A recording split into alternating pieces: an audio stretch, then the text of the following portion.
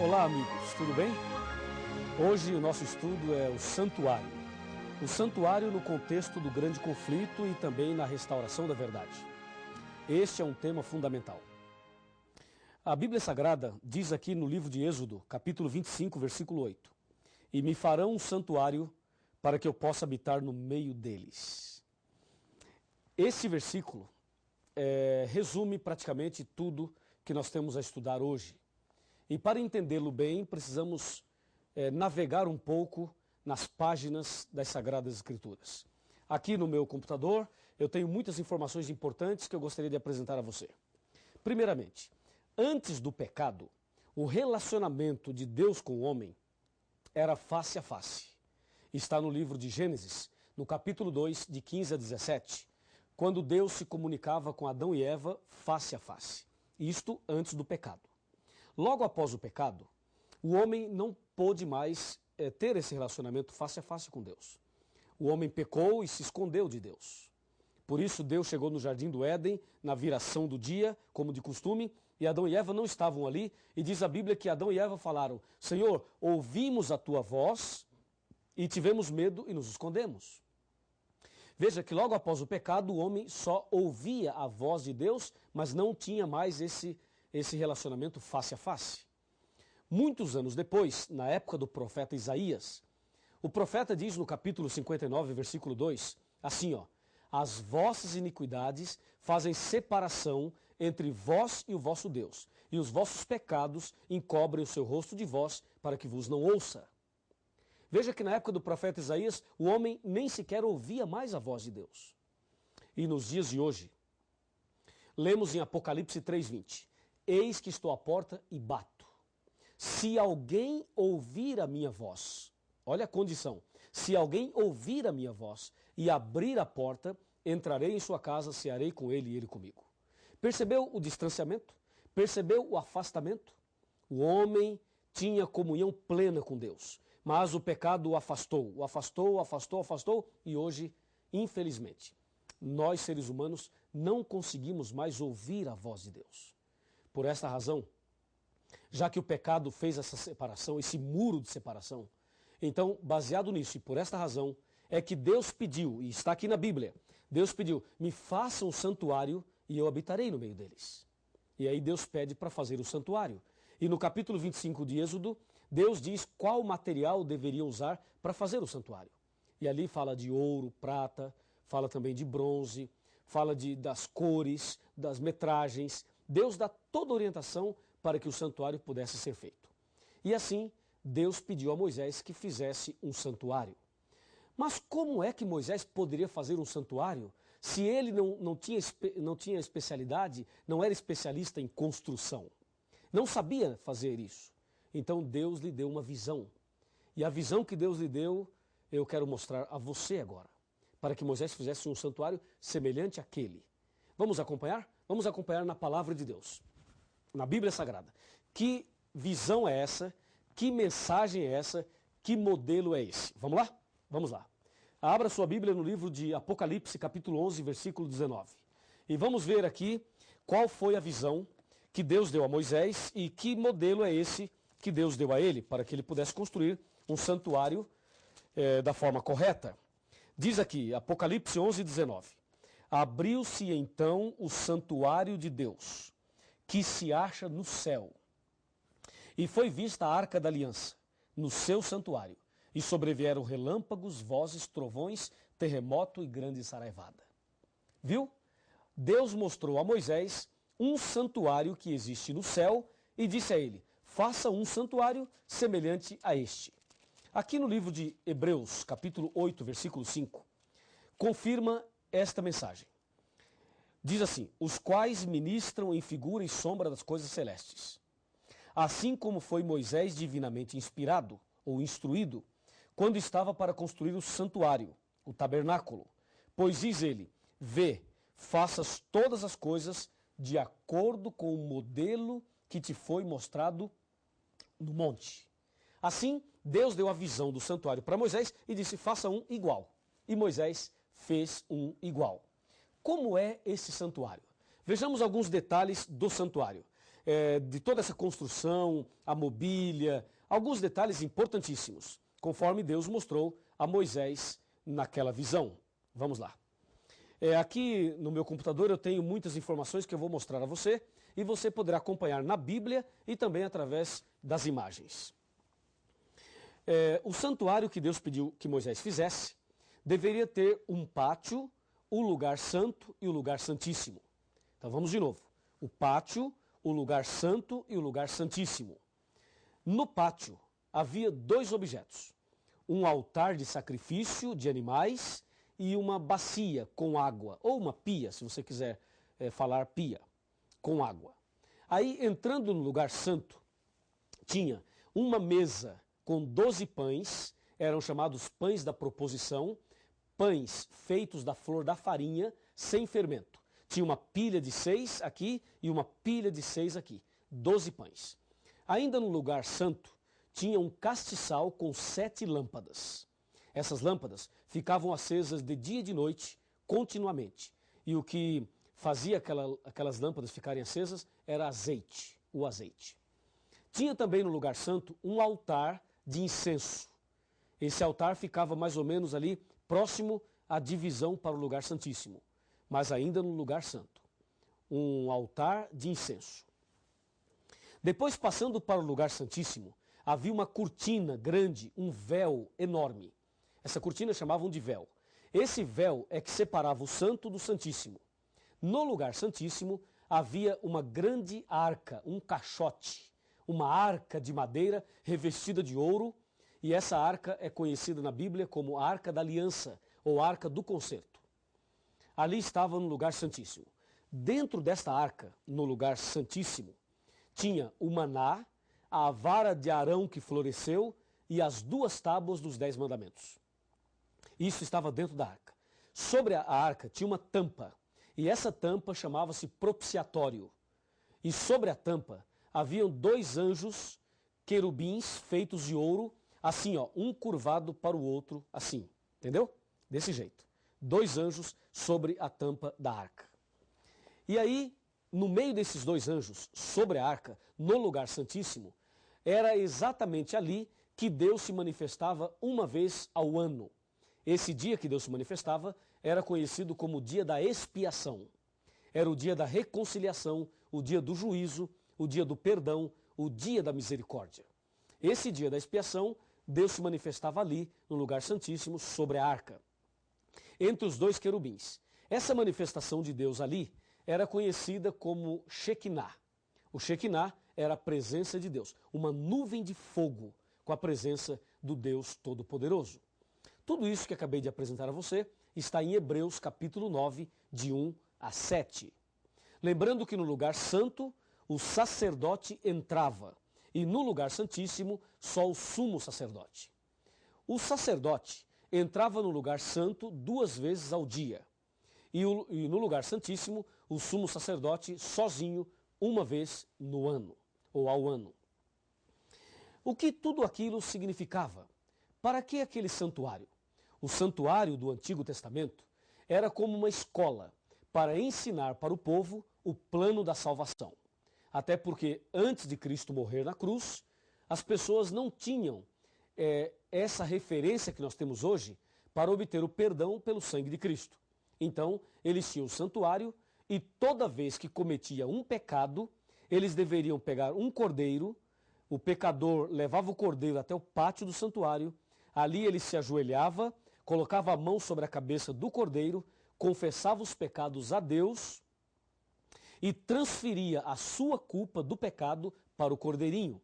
Depois pegava um facão e cortava o pescoço do cordeirinho. E aquele cordeirinho morria no seu lugar, e o sangue dele era usado ali no santuário pelo sacerdote, e o sacerdote então com o seu polegar direito fazia as impressões digitais nas pontas do altar. E o restante do sangue jogava no véu e derramava à base do altar. Levítico 4, de 27 a 30. Ali tem a descrição desse ritual do santuário. Assim, o santuário funcionou durante muitos anos antes de Cristo. Era uma tenda móvel que eles montavam e desmontavam. e fizeram isso mais de 40 vezes, aproximadamente 41 vezes, montando e desmontando o santuário. E assim eles faziam o ritual do santuário a cada dia durante o ano todo. Quando completava um ano fazendo tudo isso, então o sumo sacerdote entrava no lugar santíssimo para apresentar os pecados do ano todo a Deus. Deus se manifestava e, pela sua misericórdia, perdoava os pecados do povo. E esse dia era o dia da purificação do santuário, era o dia da expiação, era o dia do juízo. E aí eles faziam toda a limpeza do santuário, trocavam as cortinas, trocavam ali os tapetes, limpavam tudo, todo aquele sangue, tiravam tudo ali e o ano seguinte começava tudo de novo. E assim sucessivamente. Não é incrível tudo isso? É realmente impressionante. Agora, o que cada detalhe desse santuário significava? Primeiramente, o santuário tinha 3 portas. A primeira porta era da rua para o pátio. A segunda porta era do pátio para o lugar santo. A terceira porta era do santo para o santíssimo. Os judeus costumavam chamar essas 3 portas com os seguintes nomes. Da rua para o pátio chamavam de o caminho. Do pátio para o santo chamavam de verdade. E do santo para o santíssimo chamavam de vida. Então era comum falar caminho, verdade e vida. Quando Jesus Cristo esteve aqui na terra, ele usou essas palavras referindo-se a ele mesmo. Em João capítulo 14, versículo 6, Jesus disse claramente isto que acabei de mencionar. Respondeu-lhe Jesus, eu sou o caminho, a verdade e a vida, e ninguém vem ao Pai senão por mim. Veja, Jesus disse, sou o caminho, a verdade e a vida, ou seja, eu sou a porta. Se você pegar João capítulo 10, verso 7 e verso 9, Jesus diz, eu sou a porta. Quem entrar por mim será salvo. Entrará e sairá e achará pastagem. Confirmando aí, as 3 portas do santuário se aplicavam a Jesus. Aqui ainda nas ilustrações, veja, o altar de sacrifício que tinha no pátio, que está em Levítico 1, verso 9, era símbolo de Cristo que se entregou a si mesmo por nós como sacrifício a Deus. Efésios 5, verso 2. Ainda no pátio, aquela bacia com água, Êxodo 30, 18, era símbolo do Espírito Santo, João 7, de 37 a 39. Era símbolo da Bíblia, a palavra de Deus, Efésios 5, 26. E era símbolo do batismo, João 3, verso 5. No lugar santo, aquela mesa com 12 pães, o número 12, Êxodo 25, 30, era símbolo do povo, das 12 tribos do povo de Israel.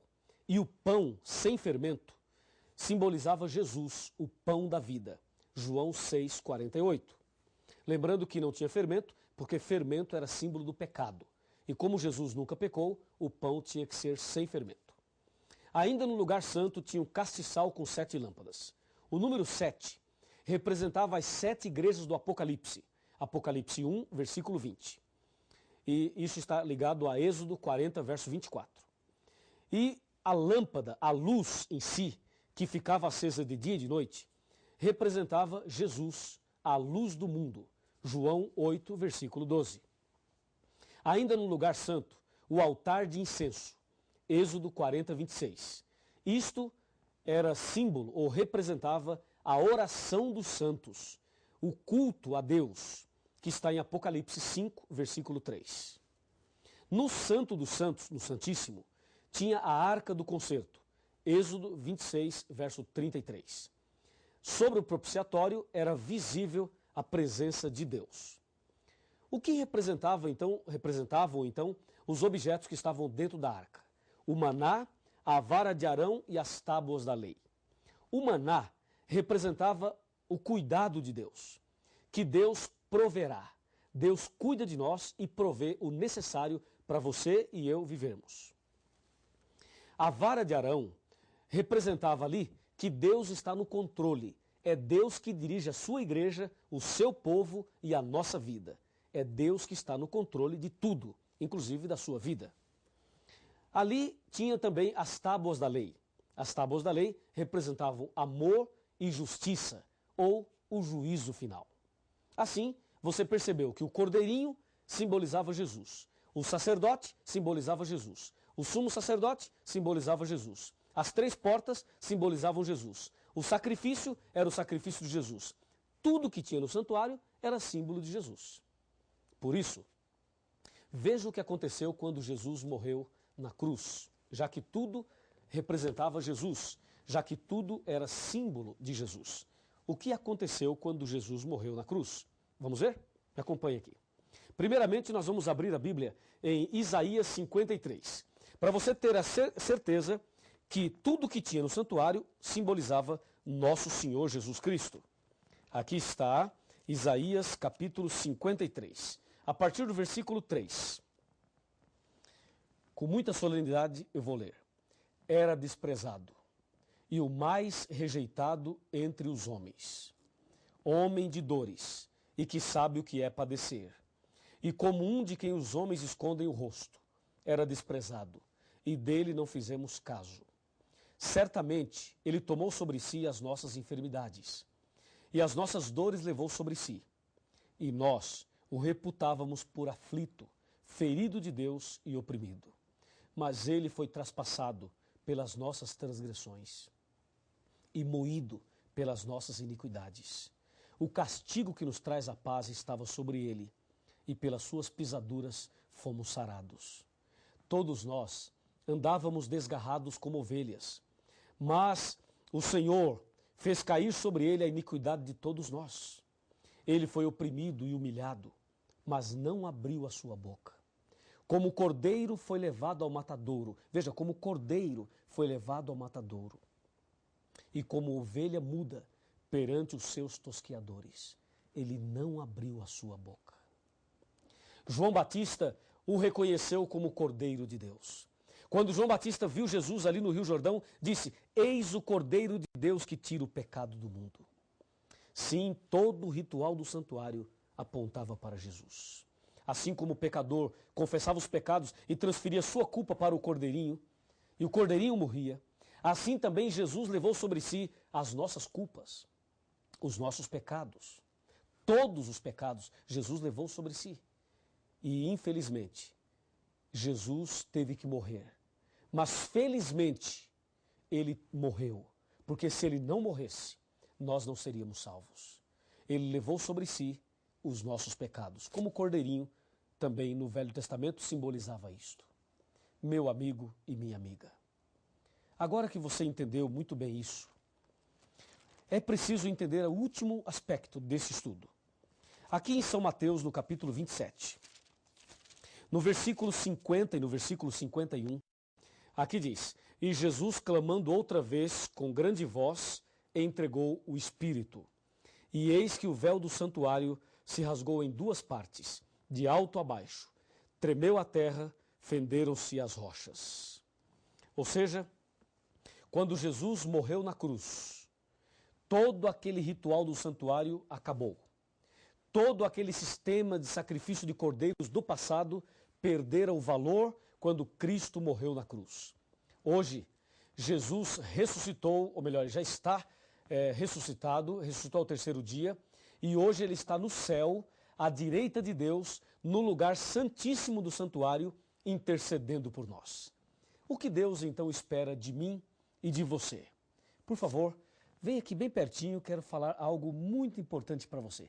Pode se aproximar aqui, quero falar algo muito importante para você. Vem cá. Apocalipse 3:20 diz assim, eis que estou à porta e bato. Se alguém ouvir a minha voz e abrir a porta, entrarei em sua casa, cearei com ele e ele comigo. Lembra, no santuário tinha 3 portas. Jesus é a porta. E Jesus já abriu a porta da salvação para você quando morreu na cruz. Hoje, só falta você abrir a porta do seu coração. Como está o seu coração? Está fechado ou está aberto? Se ele estiver aberto, meus parabéns. Mas se ele estiver fechado, abra-o agora mesmo. Entregue a sua vida a Jesus. Tome uma decisão e Deus fará de você a pessoa mais feliz do mundo. Em breve Jesus vai voltar e quer levar você para o reino da eterna felicidade. Se você deseja abrir o seu coração para Jesus hoje, então feche os seus olhos agora e vamos fazer uma oração. Querido Deus, muito obrigado pelo estudo de hoje. Muito obrigado porque Jesus é o Cordeiro de Deus que tira o pecado do mundo. Levou sobre si os nossos pecados e a sua capacidade em perdoar é muito maior do que a nossa capacidade de pecar. Eu entrego essa pessoa que está estudando a Bíblia comigo nas tuas mãos. Em nome de Jesus. Amém. Cada dia posso ver, perceber em seu olhar as pessoas tão vazias, cheias de pesar, vivem cada vez mais sós, morem sem amor. Um sorriso esconde a dor, só Jesus o vê. Busquem a